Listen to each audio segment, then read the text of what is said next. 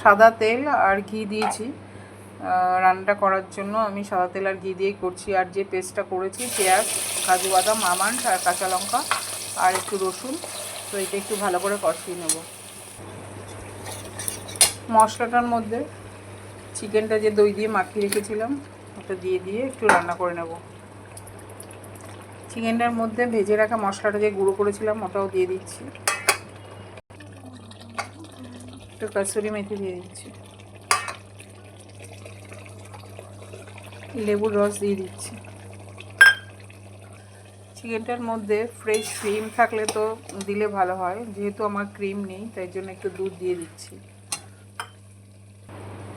হয়ে গেছে চিকেনটা রান্না করা।